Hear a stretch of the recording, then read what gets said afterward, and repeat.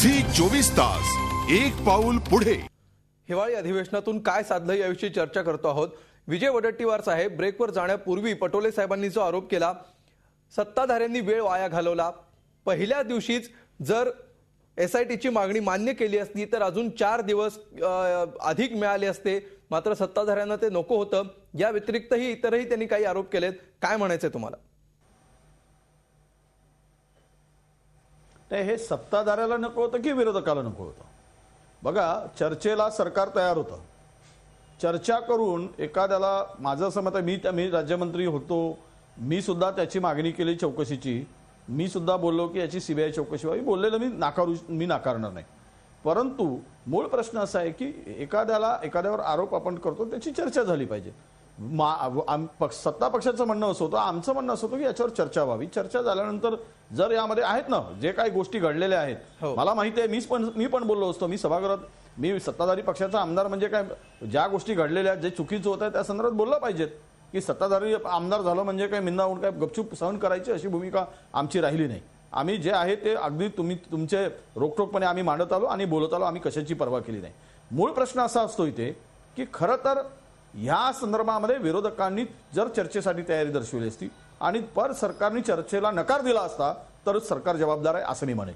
एक प्रश्न। दुसरा प्रश्न की यामध्ये झालेल्या ज्या काही गोष्टी घडल्या असतील त्या संदर्भामध्ये सरकारकडून अपेक्षित उत्तर आलं नसतं तर मग विरोधकांना ती जागा होती।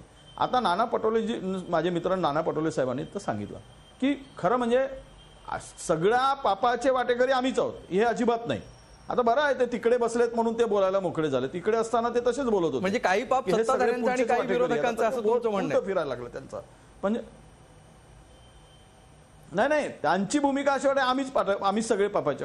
पण जबाबदारी ही खरं म्हणजे सभागृह चालवायचं असेल तर दोघांची जबाबदारी आहे, सत्ताधाऱ्यांची आहे तशी विरोधकांची पण आहे। सभागृह चालावं, चर्चा व्हावी, बिलकुल चर्चेतून प्रश्न सुटावेत, त्या प्रश्नाला अधिक त्याची डेप्थ पर्यंत जाऊन आपल्याला प्रश्नाची खोलीपर्यंत जाता येतं आणि त्या प्रश्नाला न्याय देता येतो। किती प्रश्नाला न्याय देण्याची भूमिका स्वीकारली यांनी? हे म्हणतात की काहीच झालं नाही, काही इन्फ्रास्ट्रक्चर। आज मी सांगतो, विदर्भाच्या दृष्टीने जे निर्णय झालेत, सगळेच निर्णय होऊ शकत नाही। कोणत्या सरकारने घेतलेत? युतीचं सरकार होतं, आम्ही त्यावेळेस तिकडे होतो, जे आहे ते सांगायला पाहिजे। काय 5 वर्षामध्ये कुठले निर्णय विदर्भाच्या विकासाचे झालेत?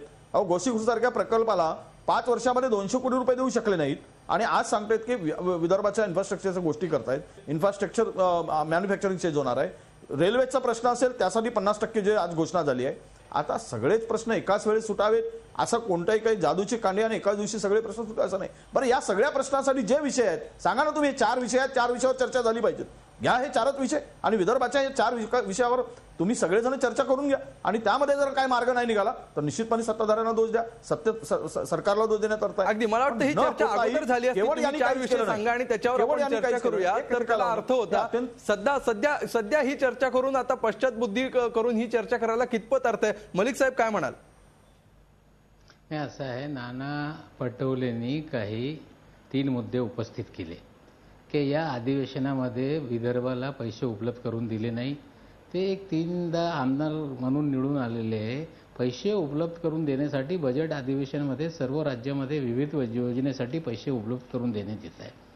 मी त्यांना बोलू इच्छितो की जेव्हा विदर्भाचे प्रकल्पाला रिवाइज एस्टिमेट मंजूर करून 30,000 कोटीची कामाला चालना देण्यात आली तेव्हा तुम्हीच आक्षेप घेताय की तात्काळ का निर्णय घेतले।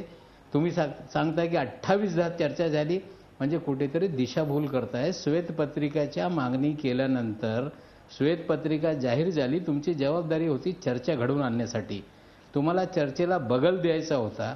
तुम्हाला चर्चा सुरू झाली की ज्या सगळे सिंचन मंडळाची स्थापना झाली त्या दिवसापासून सगळी चर्चा सुरू होईल।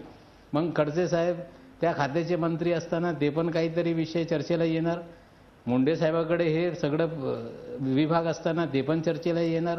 तुम्हाला स्वतः चर्चा टाळायची होती, त्यासाठी तुम्ही चर्चा होऊ दिलेली नाही।